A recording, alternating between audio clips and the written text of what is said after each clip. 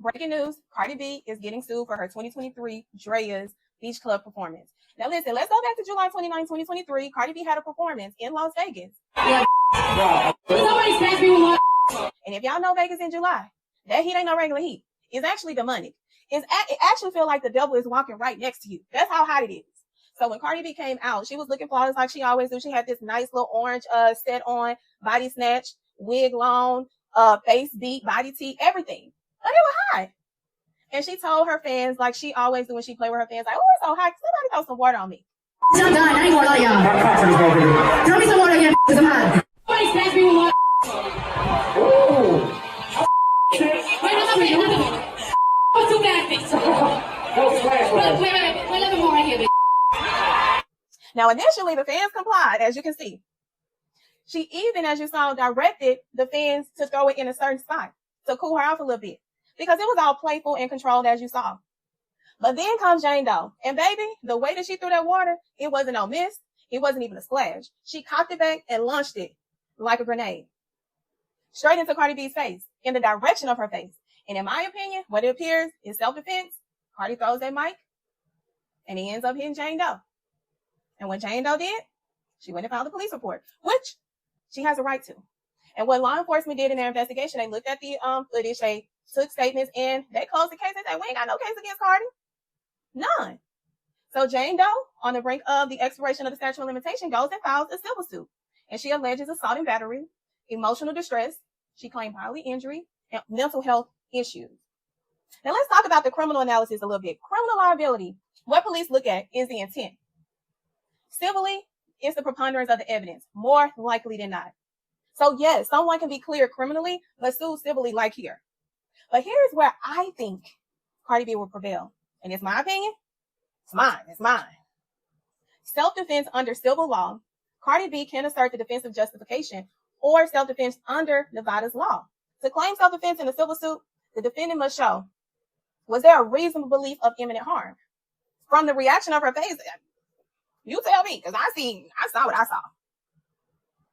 My opinion, throwing a mic is a reflex after being hit in the face with water. And I think it's proportionate because how you know what's in that cup? Was it water? Was it alcohol? Could it have been something that could have burned her eyes? We don't know. That's a threat. Cardi B can file a counterclaim. She can claim battery, the offensive contact. She can claim assault. She can even claim defamation or false light if the lawsuit is based on mischaracterizing the events. Now, I wouldn't look for the lawsuit, and when I get it, y'all gonna get it. But here's my final take. The lawsuit feels like a reach. It's reaching. Jane Doe, in my opinion, if I'm on that jury, no. If it goes to trial, I don't think the evidence supports her version. I think it supports Cardi B's version, which is why law enforcement decided not to pursue any criminal charges against her. But listen, Jane Doe has to bring compelling evidence. She has to prove and show a preponderance of evidence that she is liable. Now, if she would have got convicted, she could have walked into court and said, here you go, here's the conviction, give me my money. But she can't do that. She got to prove it. Just like Cardi B can counter. My opinion, Jane Doe is going to lose. Cardi is going to prevail. And Cardi and her legal team, I'm putting my money on them. Because if I'm Cardi, I'm like, meet me in the court. It's going down. Meet me at the bench. It's going down. Meet me on the stand. It's going down. What do y'all think? Let me know in the comment section. What y'all think? Do y'all think Cardi B is going to prevail? Or do you think Jane Doe is going to prevail? Listen, I know her. She's from Long Beach. Like, don't try to come with the suit jacket, the boots. You still and the glow. You know what I mean? You still from Long Beach. Let's talk about how Paul Pierce clocked Dr. Cheyanne, the relationship expert, T, the one that's not in a relationship. We got to dial this on back. We got to break it down because it looks like Dr. Cheyanne finally got exposed for being what she's not, which is the truth. You see, the internet will praise individuals like her who presents themselves as being polished, well-spoken. Paul Pierce said, you gonna sit across from me? He did exactly what no other man decided to do, which is clocked her teeth, dotted her ego, and called a spade a spade. So let's see. You somebody's work for 5 years. We have been each other's companion for 5 years. And yeah, I have spent the block for 5 years. And yeah, he doesn't like it. He's absolutely correct. He feels like I haven't provided. Oh, your work. No one is, we working together. He wants a relationship. He wants to be committed. You just like the sex. No. Oh. Let's keep it 100. How you keep somebody for 5 years? I ain't never done no shit like that. I am not vitamin D deficient. So everything is good in that department. No. He wants a relationship. She kept him on the side until she figured out if it's something better. I see where this is going. Now, this is the same Dr. Cheyanne who went viral when she sat across from Cam Newton and conveniently called him or labeled him a broken homemaker because he fathered children by women he decided not to marry. 3 to be exact. And she made sure she was going to let the internet know she's not having children by a man that got kids. But what she told us is that she's going to produce a broken home with her broken uterus. But here's the catch. That little soundbite wasn't about standards. She don't have any. When she plans on being a single mother creating a broken home, you tell me. You see, she turned their fatherhood into a punchline so that she can go viral. She even doubled down on Nick Cannon, who we all knew was a walking fertility clinic. You see, she hit platform after platform, and no one noticed this one thing, that every response was rehearsed, every opinion was branded, and every take was tailored. See, I knew that was a red flag when she became a regular on tonight's conversation. And sometimes he is looking for a wife. You just ain't it. Knowing about Ace's history, she didn't care about that because she don't have any standards. One thing is true. She will give us a well-rehearsed monologue.